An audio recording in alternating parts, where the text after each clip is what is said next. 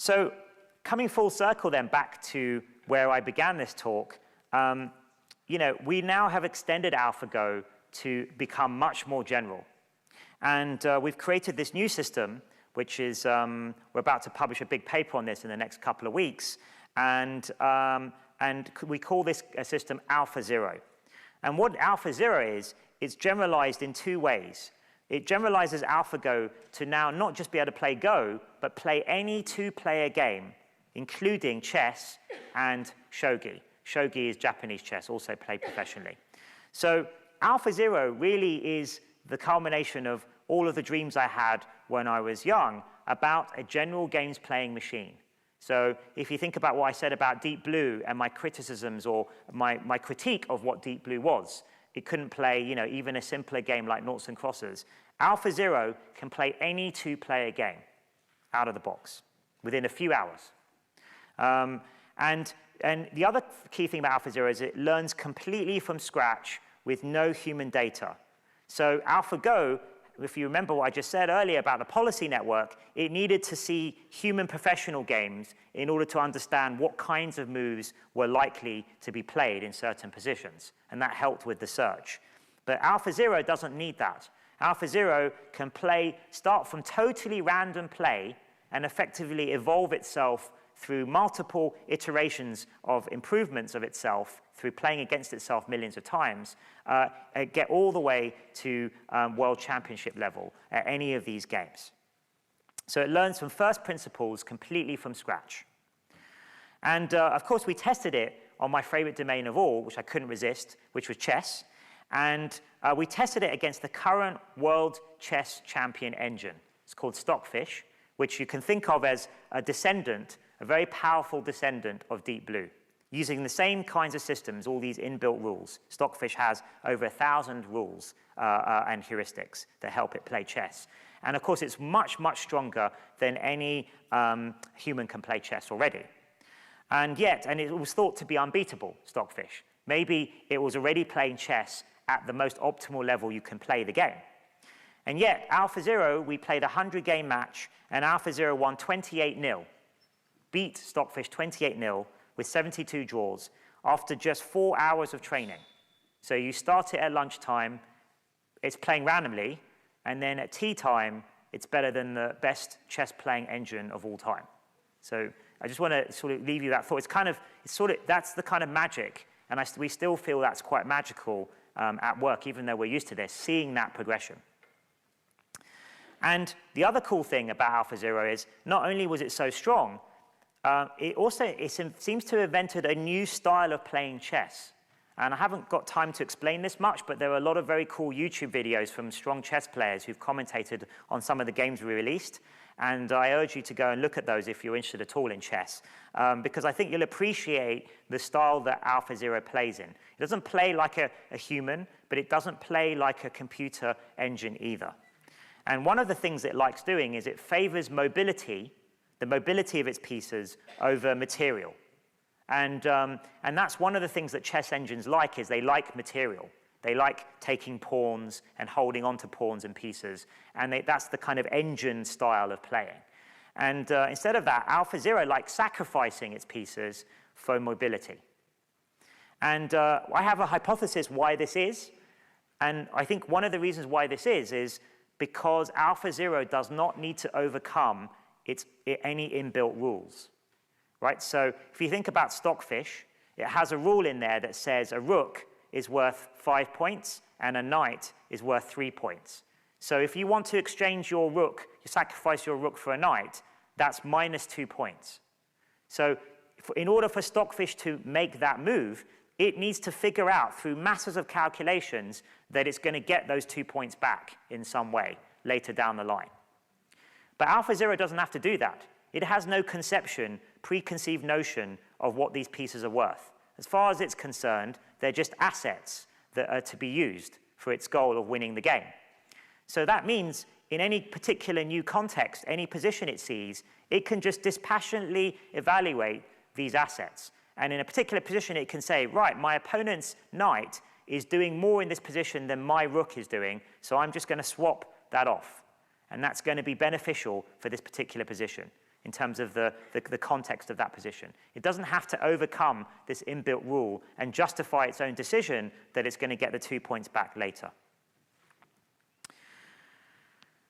Now, I've walked you through a lot of interesting and big breakthroughs that have now really advanced the field.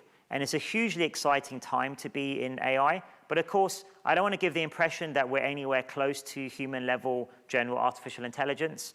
I think we are several decades away from anything like that. And there are many, many challenges yet to be overcome. And I'm just going to list a few here that I haven't got time to go into. But unsupervised learning. So this is learning when you don't have any reward. Memory and one-shot learning, can you learn from a single experience rather than needing millions of experiences that our systems currently need now? Can you use this imagination, like I mentioned in my neuroscience? Can you imagine the future, imagine different plans into the future? We're not able to do that at the moment. Can you learn abstract concepts? That's something, again, our systems are not able to do. Can you transfer your knowledge from one domain to a new domain that you've never seen before? Also very hard. And I haven't shown you anything today. None of our systems are able to do things like language understanding. So we're still at very much a kind of primitive level. So there's many interesting challenges that remain. And I just want to finish by talking on a section about this step 2. What happens when we have general AI? What can we apply it to? Well, of course, I think the possibilities will be almost limitless. If you think about what intelligence, human intelligence, has done already, look at this city around us, this lecture hall. This is what human intelligence has built over thousands of years, is modern civilization, which, if you stop and think about it, is pretty incredible. But that was intelligence that built that. And so what could we do if we had these amazingly powerful tools to aid us? And we don't have to wait all the way to resolved intelligence to do that. We can use the systems that we already have today, can be quite powerfully applied to all sorts of useful real-world cases. So we and many other companies are applying these kinds of techniques I've just shown you to healthcare, medical diagnostics. We're doing that with the National Health Service in the UK. Edith mentioned a few of our works on that, doing retina scans, and we're also working on head and neck cancer scans, all sorts of things to help diagnostics.